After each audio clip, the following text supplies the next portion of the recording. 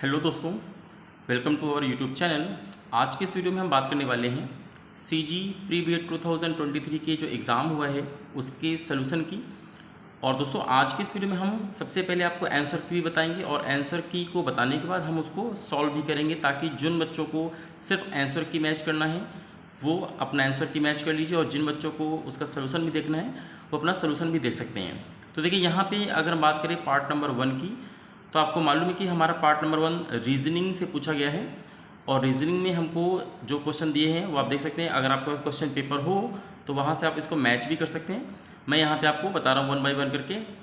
जैसे कि यहाँ पे कह रहा है कि how many triangles are there in this figure. कह रहा है कि इन यानी इस फिगर में कितने ट्रायंगल आपके होंगे। तो अभी मैं इसको सॉल्व करके बताऊँगा, बट यहाँ पर आप लगाएंगे टिक सी पे। ठीक है, हमारे यहाँ पर 15 यहाँ पर आ जाएगा। अगला यहाँ पे बच्चों देखिए क्वेश्चन यहाँ पे दिया हुआ है। कह रहा है कि ए की आयु बी की आयु से दुगनी है और 8 वर्ष पूर्व ए बी से 3 गुना अधिक आयु वाला था। तो आपको बताना है कि बी और ए की वर्तमान आयु क्या होगी। तो यहाँ पे आपका ऑप्शन नंबर डी यहाँ पे राइट आ जाएगा। यानी कि जो बी की आयु है वो 16 वर्ष की है और जो ए की आयु वो 32 वर्ष की है। इसके बाद देखिए अगला हमारा क्वेश्चन यहाँ पर दिया हुआ है। यहाँ पे बोल रहा है कि अगर वर्ष 2006 में जो गणतंत्र दिवस मनाया गया वो बृहस्पतिवार को बनाया गया है, तो बताइए कि 2007 में या किस दिन मनाया जाएगा। तो बच्चों यहाँ पे शुक्रवार आएगा, यानी फ्राइडे।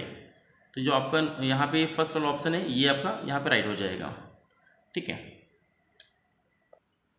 आगे देखिए अगला क्वेश्चन हमारे कह रहा है कि निम्न जोड़ों में से विजातीय जोड़े को पहचानिए। तो यहाँ पे आपका जो होगा पहला वाला ऑप्शन सही हो जाएगा, जो कि है पैर और हाथ। यानी कि आपको यहाँ पे ऑप्शन नंबर ए यहाँ पे टिक लगाना है। नेक्स्ट हमारा यहाँ पे कह रहा है कि fill appropriate number in the place of question. प्रश्नवाचक चिन्ह के स्थान पर आपको भरना है। तो यहाँ पे आपका आंसर आएगा 26, यानी कि ऑप्शन नंबर आपका सी यहाँ पे राइट हो जाएगा। अब इसके बाद देखिए यहाँ पे हमारा जो अगला क्वेश्चन ये प्रोबेबिलिटी से प्रायिकता से, और इसका जो ऑप्शन नंबर सी है ये आपका राइट होगा, यानी कि 19/66। अब इसको भी मैं आपको सॉल्व करके बताऊँगा कि कैसे इसको हम यहाँ पर सॉल्व करेंगे। तो यहाँ पर हमारा ये 19/66 आपका राइट हो जाएगा। अब देखिए अगला क्वेश्चन यहाँ पे ट्रेन वाला पूछा गया है कि 60 किलोमीटर पर आवर की गति से चलने वाली एक रेलगाड़ी को एक खंभे को 30 सेकंड में अगर पार करती है, तो कह रहा है कि रेलगाड़ी की जो लंबाई होगी वो मीटर में क्या होगी। तो इसका जो राइट ऑप्शन होगा वो 500, यानी कि आपका यहाँ पे 500 सही हो जाएगा। जबकि अगला क्वेश्चन हमारा दिया है कि एक टैंक पाइप ए और बी के द्वारा क्रमशः 24 मिनट और यहाँ पे 32 मिनट में भरा यानी फिल किया जाता है, और दोनों को अगर यहाँ पे खोलेंगे तो क्या रहेगा। तो इसका देखिए राइट आंसर होगा 8 मिनट। ठीक है, यहाँ पे हमें 8 मिनट को यहाँ पे टिक कर लेना है। अगला बच्चों यहाँ पे क्वेश्चन दिया है कि श्रेणी में गलत अंक की पहचान करना। तो यहाँ पे जो 34 है 34 यहाँ पे ये आपका गलत है, तो यहाँ पे आपको ऑप्शन नंबर बी यहाँ पे टिक कर लेना है। आइए इसके बाद देखते हैं अगला क्वेश्चन। यहाँ पे हमको यहाँ पे एक क्वेश्चन दिया गया, कह रहे इसको सॉल्व करके बताना है। तो इसका जो राइट ऑप्शन है बच्चों वो होगा 1/2, यानी कि ऑप्शन नंबर सी आपका राइट है। तो इस तरीके से आपको मैंने सबसे पहले आंसर की बताया, ये मैंने 1 से लेकर 10 क्वेश्चन के आंसर की बताया है। तो आप अगर क्वेश्चन पेपर आपके पास में है तो आप प्लीज़ उसको मैच कर लीजिए, क्या इनमें से आपके कितने सही हैं, पूरे के पूरे सही हैं, या जितने भी आपके सही होंगे वो देख लीजिए। इसके आगे के जो क्वेश्चन है वो हम आपको अगले वीडियो में बना करके दे रहा हूँ, वहाँ से आप जा करके इसको मैच कर लीजिए। मैंने इसका लिंक भी डिस्क्रिप्शन में डाल दिया है, तो वहाँ से एक बार आप अपने आंसर की को मैच कर लिए। अब जिन बच्चों को इसका सोल्यूशन समझना है कि जो आंसर आए हैं वो क्यों आए हैं, उसका रीज़न क्या है, आइए उनको यहाँ पर मैं सॉल्व करके दिखा देता हूँ एक बार। देखिए बच्चों, सबसे पहले यहाँ पे हमको क्वेश्चन दिया हुआ है, कह रहा है इसमें कितने त्रिभुज हैं। जैसे कि मैंने आंसर किया था इससे 15 आएगा। देखिए कैसे 15 आया। अगर देखा जाए इसको अगर हम पार्टिसिपेट करें यहाँ पे, देखिए सबसे पहले इसको जो सबसे छोटे छोटे इन पे आप तोड़िए और सिंगल सिंगल यहाँ पे काउंट करिए। तो यहाँ पे अगर मैं 1-1 करके काउंट करूँगा तो देखिए 1 2 3 4 5 6 1 रही 7 8 9 एंड 10। ठीक है, तो ये 10 हमारे ट्रायंगल है वो देखिए स्मॉल वाले हैं, छोटे छोटे ट्रायंगल आपको दिख रहे हैं। उसके बाद आइए डबल डबल का देखते हैं। तो 10 के बाद देखिए ये 2 को मिलाया तो 11 हो गया, इसको मिलाएंगे अगर 2 को तो 12 हो जाएगा, अगर इसको हम 2 को मिलाएंगे तो ये 13 हो गया। ठीक है, तो 13 बच्चों हो गया। अब उसके बाद देखिए 14 क्या होगा। 14 में अंदर वाले तीनों यानी कि पूरा का पूरा ले लीजिए आप, यानी कि चारों को मिला के 1 2 3 4 मिला के एक पूरा लेंगे तो ये 14 हो गया। और उसके बाद देखिए सबसे बड़ा वाला ट्रायंगल है ना, ये वाला, ये जो ट्रायंगल लेंगे तो ये 15 हो गया। तो ओवरऑल देखेंगे कि आपको पहले सिंगल सिंगल लेना है, फिर डबल डबल एक साथ इसको लेना है, इसको भी एक साथ लेना है, फिर आपको ये कंप्लीट आपको लेना है, और फिर बड़ा वाला आपको लेना है। तो आप देखेंगे टोटल हमारे पास कितना आएंगे, यहाँ पे 15 आपको मिल जाएंगे। अब ये अगला क्वेश्चन सॉल्व करके देखते हैं। यहाँ पे क्या बोल रहा है, कह रहा है कि ए की आयु जो है वो बी की आयु से दुगनी है। तो होता क्या है कि हम लोग इनकी वर्तमान आयु यानी कि प्रेजेंट आयु हम यहाँ पे लेते हैं। तो सबसे पहले मान लेते हैं कि ए की आयु कह रहा है कि बी की आयु की दोगुनी है। तो मान लेते हैं जो ए होगा वो b लिखेंगे, इसके बाद 2 का मल्टीप्लाई कर देंगे कि जो भी b की एज होगी उस पर डबल करेंगे तब जाकर के a की हमको एज मिलेगी, तो a इक्वल टू 2b यहाँ पे लिखेंगे। ये मान लीजिए क्वेश्चन नंबर फर्स्ट यहाँ पे ले लेते हैं हम लोग। अब बोल रहा है कि 8 वर्ष पूर्व, बच्चों जब भी पूर्व बोलेगा या पश्चात बोलेगा तो हमें क्या करना है, पूर्व के लिए दोनों में से उतना नंबर को माइनस कर देंगे, क्योंकि भाई 8 वर्ष पूर्व की बात कर रहा है तो ए भी 8 वर्ष पूर्व की बात हो रही है और बी की भी 8 वर्ष की पूर्व की बात हो रही है। यानी हम ये कह सकते हैं कि ए को 8 वर्ष पूर्व के लिए ए माइनस 8 आप लिखेंगे, और ऐसे भी क्या होगा, बी को 8 वर्ष पूर्व के लिए बी माइनस 8 यहाँ पे लिखेंगे। अगर पश्चात बोलेगा तो यहाँ पे मैं प्लस कर दूंगा, ठीक है। तो कह रहा है 8 वर्ष पूर्व मैंने यहाँ ए और बी लिखा। अब कह रहा है क्या कि जो बी है, सॉरी ए 8 वर्ष पूर्व क्या है, ए बी से 3 गुना है, यानी कि जो ए होगा बच्चों यहाँ पे ये तो बी वाला हो गया, इसमें 3 का मल्टीप्लाई कर दीजिए आप 3 का। तो देखिए यहाँ से क्या मिलेगा, यहाँ से मिलेगा a माइनस 8, यहाँ से मिलेगा 3b और माइनस 8 का मल्टीप्लाई 3 से तो 24 आ जाएगा। अब जो यहाँ पे a आया इसको उठा करके आप b लिख दीजिए, सॉरी a की जगह यहाँ पे 2b लिख दीजिए आप, जो कि क्वेश्चन नंबर आपको मन मिला है। तो यहाँ पे लिखेंगे 2b माइनस का 8 इक्वल टू यहाँ पे 3b और माइनस का 24। अब देखेंगे इस 2b को इधर लेके जाएंगे तो 3b से माइनस होगा, जबकि 24 इधर आएगा तो प्लस का हो जाएगा। तो हम ये कह सकते हैं 24 और माइनस का 8 और 3b और माइनस का 2b। तो देखिए 3b में से 2b अगर माइनस करें तो सिर्फ b आएगा, तो b इक्वल टू क्या होगा, देखिए 28 में से 8 को, सॉरी 24 में से 8 को माइनस करेंगे तो कितना आएगा, 16 आ जाएगा।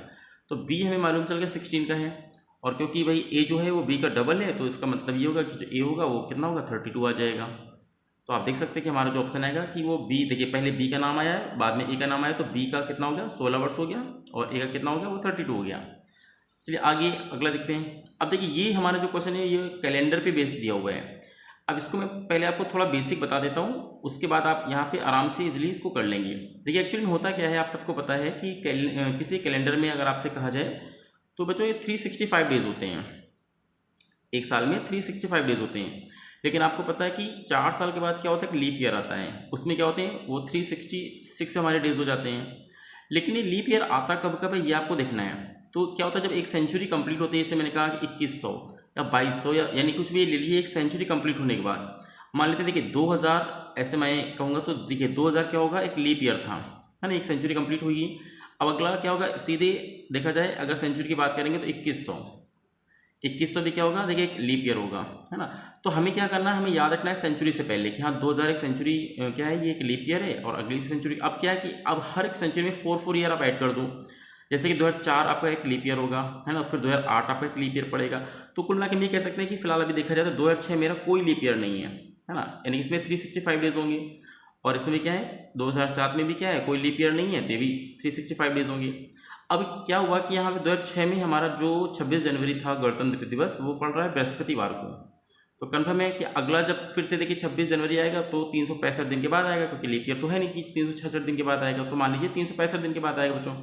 अब 365 दिन के बाद अगर आएगा तो ठीक है, लेकिन हमें पता है कि हर हफ्ते बाद, यानी कि जो बृहस्पतिवार आया है ये 7 दिन के बाद वापस रिपीट करेगा। तो आप एक काम करिए 7 से डिवाइड कर दीजिए, है ना। तो 65 को 7 से डिवाइड कर दो, कितनी बार जाएगा, ये 5 टाइम गया, है ना। तो यहाँ पे 35 हुआ, एक आया 7 दूनी 14, यानी तब भी देखिए कैरी एक बच गया। मतलब ये हुआ कि अगर ये पूरा का पूरा डिवाइड हो जाता, है ना, तो यहाँ पे क्या होता, अगर ये 365 से 7 पूरा का पूरा डिवाइड हो जाता तो ये मानते कि 2007 में भी क्या पड़ेगा, देखिए हमारा थर्सडे ही पड़ेगा, बृहस्पतिवार ही पड़ेगा। लेकिन उसके बाद एक दिन एक्स्ट्रा बच गया, तो कन्फर्म हो गया कि बृहस्पतिवार के बाद जो हमारा डेज आएगा वो आपको मिलेगा, यानी कि क्या होगा, फ्राइडे आ जाएगा। और अगर आपको क्रॉस चेक करना है तो आप ये नेट में या गूगल में आप अपना देख भी सकते हैं कि क्या हुआ था, तो यहाँ पे फ्राइडे आपका राइट हो जाएगा। तो आई होप ये समझ में आ गया होगा यहाँ इसको कैसे इसको सॉल्व करना है। अब इसके बाद देखिए ये जो क्वेश्चन है ये देखिए बहुत देखा जाए तो आपको सोच के इसका आंसर देना पड़ेगा, क्योंकि कई बार क्या होता है कि छोटी छोटी चीज़ों से कन्फ्यूजन हो जाता है। यहाँ पे पूछा गया कि निम्न जोड़ों में से विजातीय जोड़े को पहचानिए। अब देखिए क्या है, पहला है पैर और हाथ। अब अगर आप इसको ऐसे सोचेंगे कि भाई पैर हमारे क्या होते हैं, नीचे होते हैं, हाथ ऊपर होते हैं, तो यहाँ पे देखिए भाई ऐसे शरीर भी देखिए नीचे होता है, सिर इसके ऊपर होता है, लेकिन यहाँ पे दोनों उल्टे हो गए। आँख हमारी ऊपर होती है, नाक नीचे होती है, ऐसे कलाई अगर हम हाथ सीधा नीचे करें तो कलाई ऊपर होती है, उंगली नीचे होती है, तो नहीं गलत हुआ। ऐसे अगर हम जोड़े की बात करें तो देखिए यहाँ पे पैर 2 जोड़ी होते हैं, हाथ भी 2 जोड़ी होते हैं, लेकिन यहाँ पे आँख की बात करें तो 2 हमारी आँखें होती हैं, लेकिन नाक हमारी एक ही होती है, तो यानी कि यहाँ पे भी कॉन्सेप्ट गलत हुआ। वैसे शरीर भी एक होता है, सिर भी हमारा एक होता है, कलाई देखा जाए तो 2 होती हैं दोनों हाथों में, उंगलियां भी देखा जाए तो दोनों हाथों में होती है, तो ऐसे में भी देखा जाए कि दो हमारे ऑप्शन सेम नज़र आ रहे हैं, बाकी गलत हो गया। अब तीसरा देखिए कॉन्सेप्ट क्या हो सकता है। तीसरे में यहाँ ये देखेंगे कि क्या दोनों एक दूसरे के बहुत ही क्लोज होते हैं क्या, जिससे कि हम कह सकते हैं एक दूसरे के रिलेशन बना सकते हैं। तो देखेंगे अगर हम कि आँख और नाक, देखिए आँख और नाक क्या एक दूसरे से एकदम चिपके हुए हैं, है ना, यानी कि कह सकते हैं कि आँख और नाक एक दूसरे से स्टार्ट होते हैं, है ना, दोनों के बीच में आती है। उसी तरीके से अगर हम बात करें शरीर का सिर से, देखिए शरीर के ऊपर ही देखिए सिर होता है, यानी कि एक दूसरे से कह सकते हैं एकदम पास पास होते हैं। अगर हम बात करें कलाई का और उंगली का, देखिए कलाई से ही उंगली कहीं ना कहीं निकलती है आगे से, तो ये जुड़ी होती है। बट यहाँ पे अगर बात करें पैर का और हाथ का, काफ़ी हद तक एक गैप होता है, नीचे पैर होते हैं, फिर कमर का हिस्सा आएगा, पूरा आपकी बॉडी आएगा, उसके बाद जाके तो हमारे हाथ मिलेंगे। तो यहाँ पे कह सकते हैं ये थोड़ा जो पार्ट है ये बाकियों को देखा जाए तो ये हल्का सा डिफरेंट है। ऐसे ये हमारा जो होगा ऑप्शन वो हमारा ये आ जाएगा, ये हमारा ऑड है। इसके बाद आगे देखते हैं। अगला देखिए क्या है बच्चों, यहाँ पे कह रहा है कि इस क्वेश्चन मार्क में आपको एक नंबर फिल करना है। कैसे फिल करना है, देखिए यहाँ पे आपको दिमाग लगाना है कि यहाँ पे ये जो 20 आया कैसे। तो देखिए यहाँ पे इसको प्रैक्टिस से अपने आप आ जाएगा, फिलहाल मैं बता देता हूँ। अगर यहाँ पे हम लोग क्या करेंगे, 2 का स्क्वायर करते हैं तो ये क्या आएगा, देखिए 4 आएगा, और यहाँ पे 4 का स्क्वायर करें तो यहाँ पे 16 आ जाएगा। तो 16 और 4 को ऐड करें तो देखिए 20 हमको मिल गया।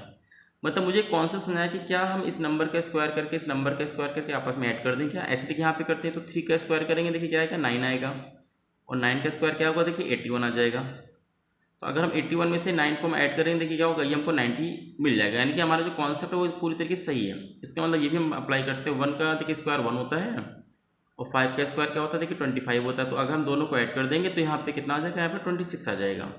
इस वजह से हमारा जो राइट आंसर होगा वो क्या होगा, देखिए 26 आ जाएगा। तो आई होप आपको क्लियर हो गया होगा। आइए इसके बाद अगला देखते हैं क्वेश्चन। यहाँ पे देखिए ये प्रोबेबिलिटी पे बेस दिया हुआ है। इसमें आपसे बोल रहा है कि भाई कोई बैग है, यहाँ पे ऐसे बैग यहाँ पे बना लेते हैं। अब इसमें क्या बहुत सारी बॉल हैं, इसमें कह रहा है कि 4 काली बॉल हैं, उसके बाद यहाँ पे और देखा जाए तो 3 यहाँ पे लाल बॉल है, 5 देखिए हरी बॉल है। तो ऐसे में क्या कह रहा है, 2 बॉल को यहाँ पे रेंडमली निकाल रहा है वो। तो कह रहा है दोनों बॉल एक ही रंग के होने की प्रायिकता क्या है। तो ऐसे में जो क्या होता है, कॉम्बिनेशन और परमुटेशन के कॉन्सेप्ट से ये क्वेश्चन लगाया जा सकता है। अगर आपने थोड़ा भी पढ़ा होगा अपने 12th लेवल में जो बहुत इजीली आप समझ जाएंगे। इसमें देखिए क्या होता है, एक्चुअली इसमें 3 अलग अलग कलर की यहाँ पे बॉल दी गई। तो पहले ये देख लो टोटल कितने बॉल हैं। अगर हम टोटल की बात करें तो देखिए 4 + 3 7 और 7 + 5 12 हो गया। और निकालनी कितनी है आपको, देखिए 2 बॉल निकालनी है। तो यहाँ पे आपको क्या करना है, कॉम्बिनेशन ऑफ 2, यानी 2 का हमें कॉम्बिनेशन लेना है। तो ये बच्चों एक ये हो गया कि हाँ टोटल के 12C2 करना। अब लेकिन है क्या, आपको वो दोनों बॉल काली भी हो सकती हैं, लाल भी हो सकती हैं और हरी भी हो सकती हैं। तो अगर हम पहले वाले की बात करें तो पहले वाले का देखिए क्या आएगा, 4C2 आएगा। अगर ये माना जाए कि वो हमारी बॉल कैसी है, काली है, तो 4C2 होगा। अगर हम मान के चलेंगे वो लाल हैं तो लाल के लिए क्या होगा, यहाँ पे लाल हमारी 3 बॉल जो है तो 3C2 आ जाएगा। अगर बात करें हमारी हरी बॉल कितनी है, देखिए 5 है, तो यहाँ पे क्या लिखेंगे 5C2 आ जाएगा। तो हमें क्या करना है, पहले ये निकाल लेना कि हाँ अगर वो बॉल दोनों लाल हो सकती हैं तो यहाँ पे 4C2 हो सकता है, 3C2 और 5C2। अब इसमें से टोटल से डिवाइड कर दो आप, 12C2 यहाँ से डिवाइड करिए और 12C2 यहाँ से भी डिवाइड करिए और 12 देखिए C2 यहाँ से डिवाइड करो, सबको ऐड कर दीजिए। क्योंकि यहाँ पे जब भी चॉइस की बात आती है कि या इधर ये या फिर ये या फिर ये, तो हमेशा ऐड किया जाता है। अब इसको सॉल्व कैसे करें ये आपके लिए इंपॉर्टेंट है, क्योंकि कॉम्बिनेशन का जो फॉर्मूला है वो ये होता है, जो ऊपर लिखा है इसका फैक्टोरियल आप अप्लाई करो, फैक्टोरियल 4 और डिवाइड करिए। यहाँ पे जो नीचे लिखा होगा इसका फैक्टोरियल 2।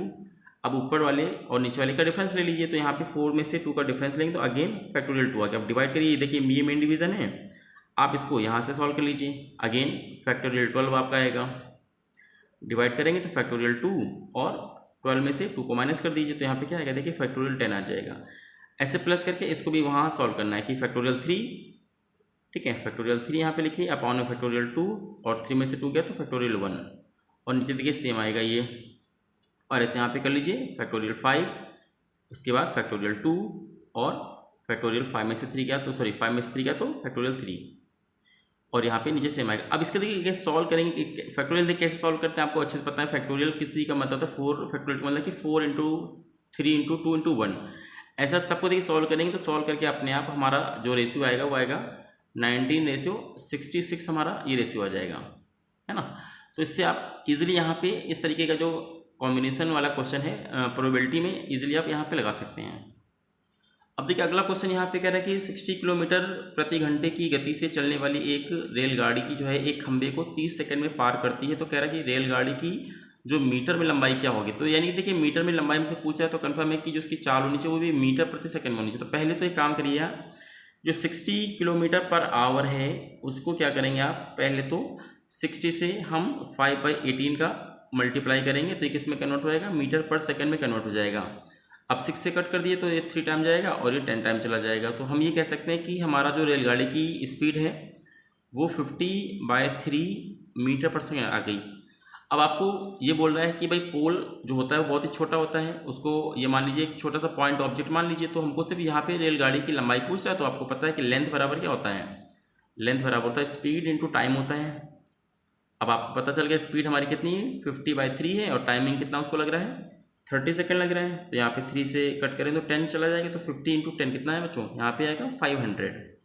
तो हम आसानी से बता देंगे कि ये मीटर में हमारा आंसर आ गया। तो जो लेंथ हमारी है वो कितनी आएगी, देखिए वो हमारी आ जाएगी 500 मीटर। इस वजह से हमारा जो ऑप्शन नंबर डी है ये क्या होगा, ये हमारा पूरी तरीके से करेक्ट हो जाएगा। अब आइए अगले क्वेश्चन की तरफ बढ़ते हैं। अगले क्वेश्चन में यहाँ पे कह रहा है कि एक टैंक है, ठीक है, मान लीजिए कोई टैंक है। अब ये क्या कह रहा है कि पाइप ए और बी दोनों, मान लो इधर से पाइप ए लगा हुआ है, यहाँ से पाइप ए है और यहाँ से पाइप बी लगा हुआ है। ये बी है और ये ए है, ये से इसको फिल कर रहा है, इसको फिल कर रहा है। तो कह रहा है कि अगर ए को मैं से ऑन करूँगा तो 24 मिनट में भर देता है, और अगर मैं से बी को ऑन करूँगा तो ये 32 मिनट में भर देता है। अगर दोनों को एक साथ में खोलूँगा तो कह रहा है कि बी को हम कितनी देर के बाद बंद करें कि वो हमारा ठीक 18 मिनट के बाद ये पूरा फुल कंप्लीट भर जाए। तो सबसे पहले क्या होता है ऐसे क्वेश्चन में, आप क्या किया करिए, अगर 2 पाइप हैं या 3 पाइप तो पहले एलसीएम निकाल लिया करिए। तो उसको मैं दूसरे तरीके से समझाऊंगा। अगर मैं आपसे पूछूं कि भाई 24 का और 32 का क्या है ना, आप एलसीएम ले लो तो एलसीएम लगभग 96 आएगा, ठीक है। देखिए क्यों, देखिए एलसीएम में हम क्या लेंगे, ऐसा लेंगे जो दोनों कॉमन होता हो, यानी दोनों की काउंटिंग में आता हो। मैंने देखा 24 और 32 का हमारा एलसीएम क्या आ गया 96। अब देखिए इसका मतलब क्या है, अब इसका मतलब ये है कि अगर मैं बात करूँगा कि हमारा जो पाइप ए है, अगर मैं आपसे कहूँ कि इसका यानी कि जो देखा जाए कि 24 हमारा मिनट में भरता है, लेकिन मैंने इसको क्या माना है, मैंने इसको 96 यानी कि इसका एलसीएम मैंने लिया हुआ है।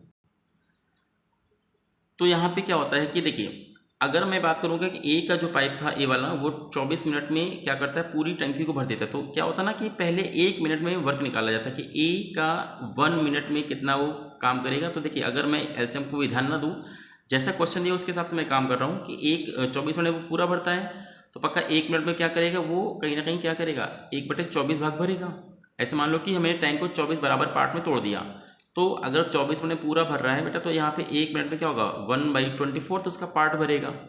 तो इस 24 को मैं क्या करता हूँ 96 के फॉर्म में कन्वर्ट करने के लिए नीचे और ऊपर दोनों तरफ क्या करो 4 से मल्टीप्लाई कर दो। तो हम ये कह सकते हैं 4/96 ऐसे मान लीजिए। तो ये थोड़ा सा एक बार आपको समझना है, बाकी बहुत आसान नहीं है कि आपको पहले तो जो पाइप के टाइमिंग दिया है उसको एलसीएम ले लो। मान लो 96 आ गया, वो ठीक अपने दिमाग में रखिए आप, मुझे बेस में 96 लेके आना है, ठीक है।